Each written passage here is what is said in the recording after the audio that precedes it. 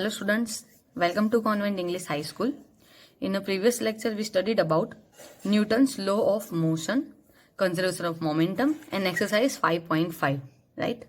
In this lecture, in this video, we will study about some numericals of exercise depend on Newton's law of motion and conservation of momentum.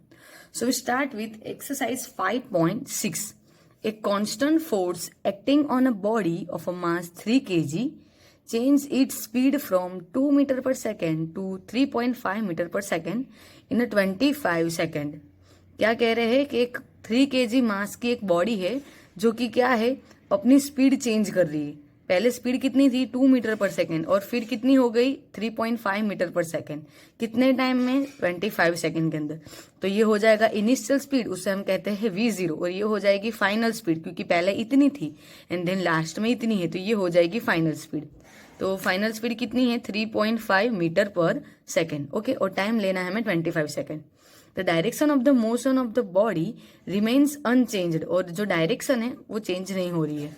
What is the magnitude and the direction of the force. तो magnitude यानी कि उसकी value find करनी है. तो force की value क्या है और उसकी डायरेक्शन क्या है. तो मुझे फोर्स फाइंड करना हो तो फोर्स का मेरे पास में एक ही इक्वेशन है, F इज इक्वल टू मा. ठीक है, यानी कि मास और एक्सेलरेशन. चलो मास तो हमारे पास में है, ये रहा 3 kg, लेकिन कहीं भी इन्होंने क्वेश्चन में हमें एक्सेलरेशन दिया हुआ है नहीं. तो सबसे पहले मुझे एक्सेलरेशन फाइंड करना पड़ेगा, देन मास और एक्सेलरेशन की वैल्यू रख के मैं फाइंड करूंगी F.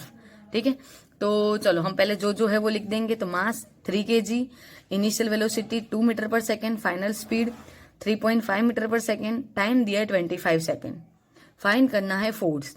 फोर्स के लिए सबसे पहले मुझे चाहिए एक्सेलरेशन. तो एक्सेलरेशन हमें क्या डिफाइन पता है, क्या है उसकी डिफाइन.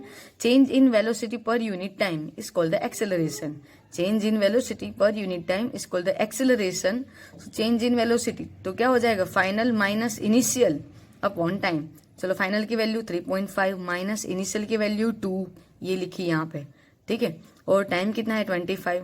फिर माइनस करेंगे 1.5, डिवाइड करोगे तो आपको इतना आंसर मिलेगा. So acceleration is equal to 0.06 metre पर सेकेंड स्क्वायर. यूनिट लिखना भूलना नहीं है. ओके, अब हमारे पास में एम भी है और ए की भी वैल्यू है. सो हम लिख सकते हैं F इज इक्वल टू माँ की वैल्यू है 3 kg है, ये रहा.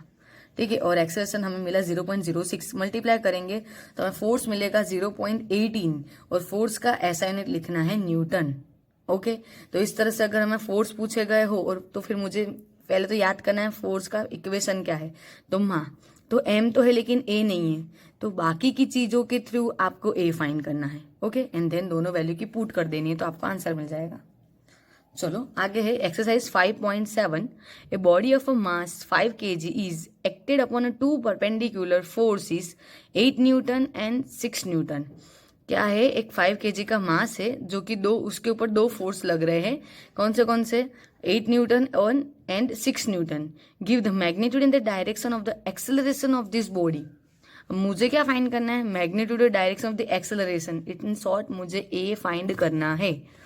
अब बोलो कैसे करेंगे. मेरे पास में तो मास है और 2 F है.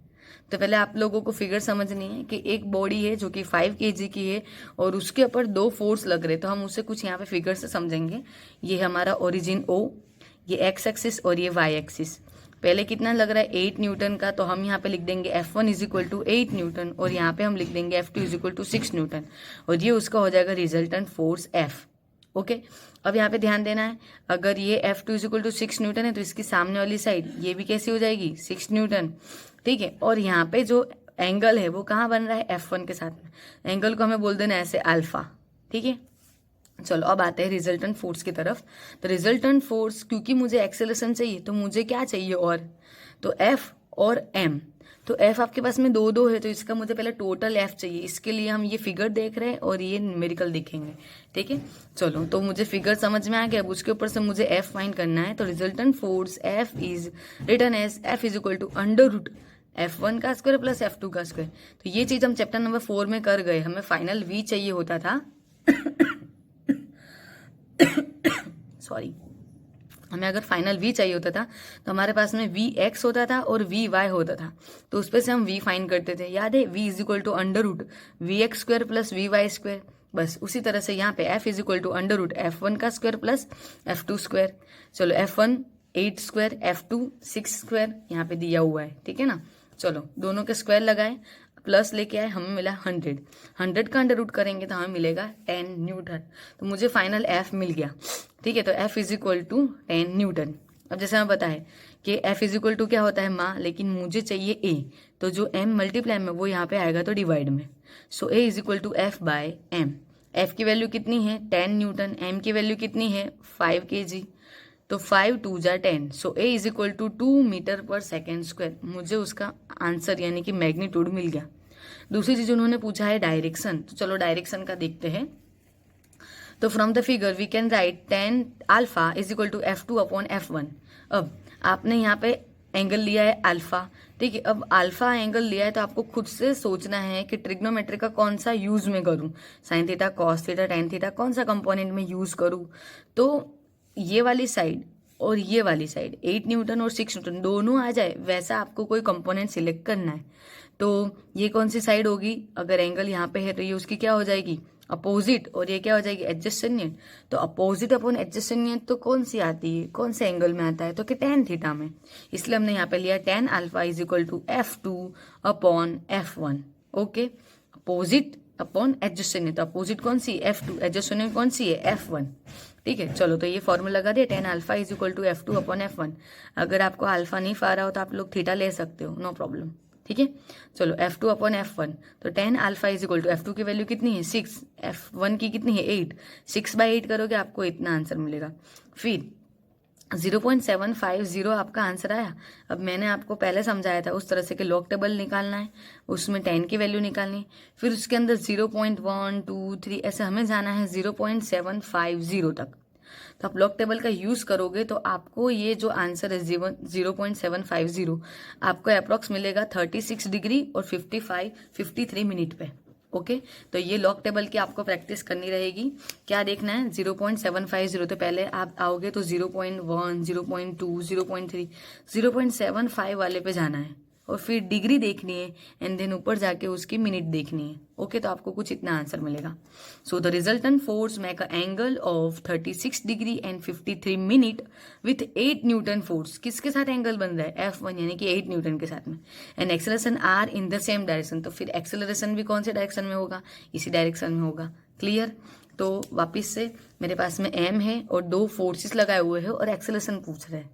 तो एक्सेलरेशन चाहिए हो तो मुझे F और M दोनों चाहिए, लेकिन यहाँ पे तो दो F है, तो पहले मुझे उसका रिजल्टेंट फाइंड करना होगा। उसके लिए हम पहले फिगर समझेंगे, देन इतनी कैलकुलेशन समझेंगे, उसके बाद में मेरा A मिल जाएगा एक्सेलरेशन। अब फिर बाकी रहेगी बात डायरेक्शन की, डायरेक्शन के लिए इतनी चीजें करना है। Okay, clear. Next is exercise 5.8.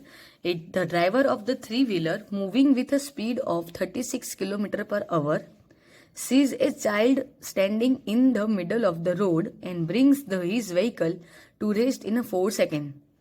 Just in a time to save the child. अब क्या है, एक थ्री व्हीलर चला रहा है, एक ड्राइवर है जो कि थ्री व्हीलर चला रहा है और उसकी स्पीड है 36 किलोमीटर पर आवर। अब एकदम से वो क्या देखता है कि रास्ते में बीच में एक लड़का खड़ा हुआ है, तो उसे बचाने के लिए वो तुरंत ही ब्रेक अप्लाई कर रहा है और उसकी गाड़ी है वो 4 सेकंड के अंदर रेस्ट में आ जाती है। ठीक है, तो आप लोगों को पता चल रहा है ये जो मेरी स्पीड दी है उसे हम क्या ले लेंगे, इनिशियल स्पीड, कितनी स्पीड से वो जा रहा था। देन अगर वो चाइल्ड को बचाने के लिए क्या कर रहा है, ब्रेक अप्लाई कर रहा है, यानी कि स्टॉप हो रहा है। तो स्टॉप हो जाएगा तो उसकी फाइनल वेलोसिटी कितनी हो जाएगी, 0। तो ये चीज है आपको लॉजिकली समझनी होगी, यहाँ पे दी नहीं होगी, आपको खुद एज्यूम करके लिखना होगा। ठीक है, तो ये मुझे मिल गई initial velocity 36 kilometre per our और फाइनल हो जाएगी 0 मीटर पर सेकेंड। ठीक है, और टाइम हमें दे दिया है 4 सेकेंड के लिए। चलो आगे क्या है, what is the average retarding force on the vehicle. मुझे क्या फाइंड करना है, फोर्स, लेकिन कैसा, रिटार्डिंग। रिटार्डिंग क्यों है, तो क्योंकि वो उसने क्या किया होगा, स्टॉप करने के लिए ब्रेक अप्लाई किया है। ब्रेक अप्लाई किया है तो फ्रिक्शनल फोर्स लगेगा जो कि हमारी अपोजिट डायरेक्शन में होता है। तो रिटार्डिंग मतलब कि अपोजिट डायरेक्शन में, और रिटार्डिंग यानी होता है माइनस। जब भी रिटार्डिंग वर्ड यूज हो तो हमें उसे लेना है माइनस। तो फोर्स की जो वैल्यू आएगी वो भी मुझे कैसे मिलेगी, माइनस में ही मिलेगी। ठीक है, तो ये ध्यान रखना है। What is the average retarding force on the vehicle, in short मुझे फोर्स फाइंड करना है। The mass of the three-wheeler is 400 kg and the mass of the driver is 65 kg। आपको दोनों का मास दे दिया है, फोर्स फाइंड करना है। तो अगेन फोर्स का फॉर्मूला क्या होता है, F इज इक्वल टू मा। चलो मेरे पास में मास तो है, इन दोनों का टोटल कर दूं तो मुझे टोटल मास मिल जाएगा। पर यहाँ पे कहीं भी आपको एक्सेलरेशन दिया हुआ है, नहीं। तो अगेन मुझे क्या करना होगा, पहले एक्सेलरेशन फाइंड करना होगा, फिर मुझे एफ फाइंड करना होगा। चलो पहले जो दिया है उसको देख लेते हैं। Initial velocity v0 is equal to 36 kilometre per hour. अब हमें सब किस में चाहिए है, मीटर पर सेकेंड में, और इधर दिया है किलोमीटर पर आवर, तो उसे मीटर पर सेकेंड में कन्वर्ट करेंगे। 36 किलोमीटर है तो मीटर में कन्वर्ट करने के लिए मल्टीप्लाई बाय 1000, एंड आवर है तो सेकेंड में कन्वर्ट करने के लिए डिवाइडेड बाय 3600। ये हो जाएगा मीटर और ये हो जाएगा सेकेंड। 20 कट 36 कट क्या बचा 10, तो v0 is equal to 10 metre पर सेकेंड। फाइनल वेलोसिटी तो पता ही है, वो ब्रेक अप्लाई करेंगे तो फाइनल हो जाएगा 0। Final velocity v is equal to 0 metre पर सेकेंड। टाइम क्या है 4 सेकेंड, और f फाइंड करना है। तो चलो एक्सेलरेशन के लिए क्या हो जाएगा, delta v upon delta t, change in velocity upon time, means v minus v0 upon t। v कितना है 0, फिर v0 इनिशियल कितना है -10, माइनस तो है ही इसका, और ये v0 की वैल्यू है 10 अपॉन टाइम कितना है 4।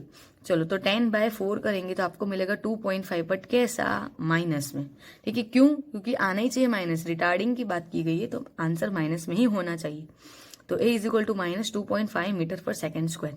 ओके, चलो a मिल गया। अब मास कर लो, तो मास में 2 मास है तो टोटल करना पड़ेगा। Total mass of the vehicle and a driver is m is equal to 400 plus 65। So total m is equal to 465 kg। आपके पास में मास भी है और एक्सेलरेशन भी है, तो F इजी हो जाएगा। So retarding force on the vehicle is F is equal to माँ की वैल्यू 465, M की वैल्यू 465, A की वैल्यू -2.5, मल्टीप्लाई करोगे आंसर मिल जाएगा। तो आपको आंसर रिटार्डिंग फोर्स कुछ इतना मिला, रिटार्डिंग है तो माइनस ही आएगा। लेकिन अगर आपको कहीं पूछे कि magnitude of the force find करो, तो उसको हमें लिखना है ऐसे मोड में, और मोड में लिखने से जो माइनस की वैल्यू होती है वो पॉजिटिव हो जाती है। पॉजिटिव तो पॉजिटिव ही रहती है, लेकिन जो नेगेटिव होती है वो पॉजिटिव हो जाती है। तो जो नेगेटिव वो पॉजिटिव होगी, लेकिन कब, जब हमें मैग्नीट्यूड कहे तब, अदरवाइज ये हमारा आंसर है रिटार्डिंग फोर्स। Okay, clear. चलो आगे है exercise 5.18। 2 billiards balls, each of mass 0.05 kg, moving in opposite direction with a speed 6 metre पर सेकेंड। अब 2 बॉल है, दोनों बॉल का मास कितना है 0.05 kg है, उनकी स्पीड कितनी है 6 मीटर पर second. Collide and rebound with the same speed.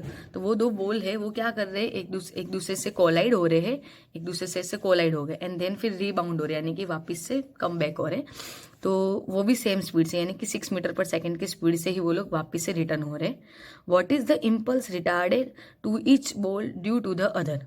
Impulse क्या फाइंड करना है आपको, what is the impulse imparted to each ball due to the other. एक दूसरे के ऊपर, दोनों बॉल एक दूसरे पर कितना इम्पल्स लगा रही है। तो पहले इम्पल्स ऑफ फोर्स मुझे याद करना पड़ेगा।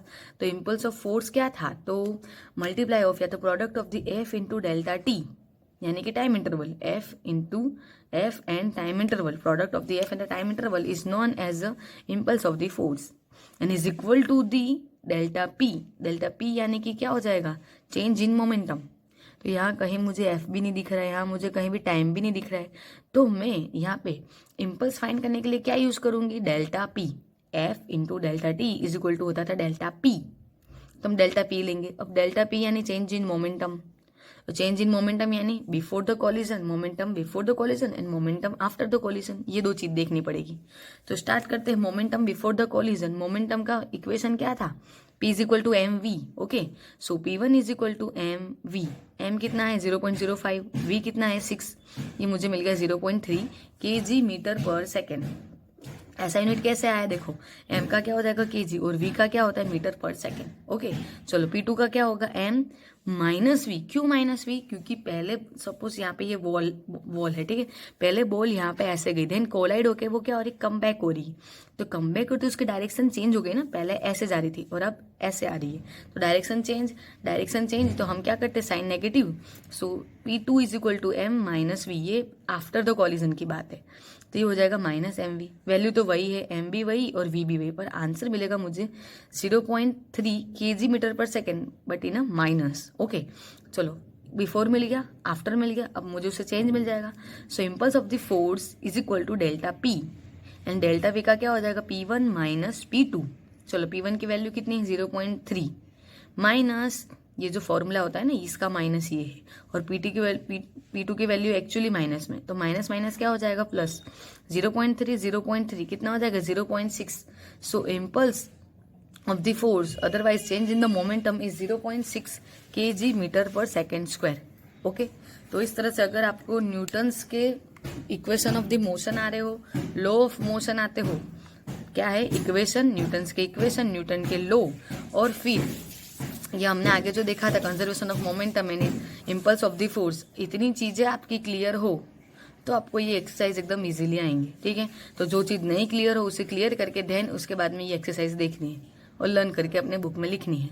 Okay, thank you.